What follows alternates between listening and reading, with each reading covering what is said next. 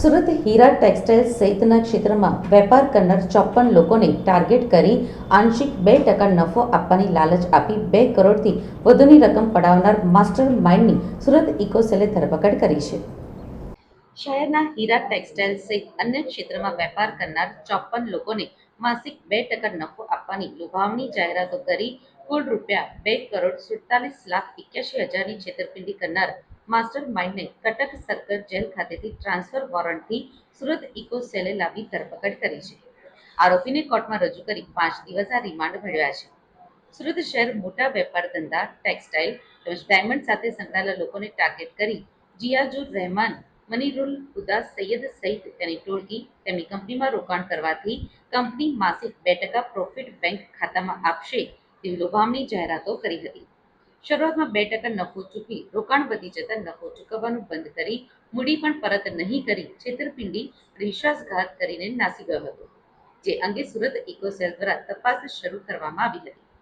ફરિયાદી વેપારી દેવાંગ કીર્તિકુમાર શાહે ઇકોસેલને આપેલી ફરિયાદ મુજબ આરોપી હેમંત કુમાર પાલ, સૈયદ જિયાજુર રહેમાન, કાજી મહેબૂબ, રોનીતા મહાજન પૂર્વ આયોજિત કાવતરો રચી ફરિયાદી તથા અન્ય રોકાણકારોને તેમના રોકાણ પેટે માસિક 2% નફો આપવાની સ્કીમની લાલચ આપી હતી.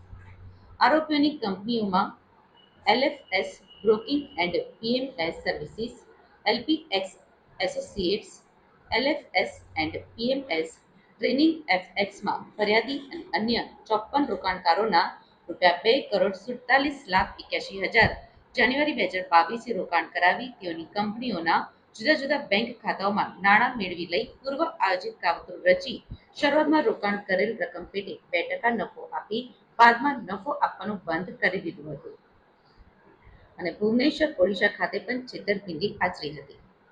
ફરિયાદી તથા અન્ય રોકાણકારોના રોકાણ કરેલ કુલ રૂપિયા 2,47,81,000 પરત ન કરતા ફરિયાદી અને અન્ય 54 રોકાણકારો સાથે ગુનાહિત વિશ્વાસઘાત અને છેતરપિંડી કરી ગુના અંગે ફરિયાદ દાખલ કરી હતી. આખરે આ સમગ્ર મામલે ઇકોસેલે માસ્ટર માઇન્ડ 47 વર્ષીય જિયાજુર રહેમાન, મનીરુલ હુદ્દા સૈયદની ટ્રાન્સફર વોરંટ થકી ધરપકડ કરી છે. આરોપી આરામબાગ જી, હુબલી, પશ્ચિમ બંગાળનો વતની છે. ભુવનેશ્વર, ઓડિશા ખાતે પણ આ જ એમઓથી સ્કીમ ચલાવી છેતરપિંડી કરવાના ગુનામાં પકડાઈ ચૂક્યો છે અને તે જેલમાં જ હતો. ઇકોસેલે કોર્ટમાંથી ટ્રાન્સફર વોરંટ મેળવી કટક સર્કલ જેલ ખાતેથી આરોપીને મેળવી અને કોર્ટમાં રજૂ કરી 5 દિવસના પોલીસ કસ્ટડી રિમાન્ડ મેળવવા આવ્યા છે.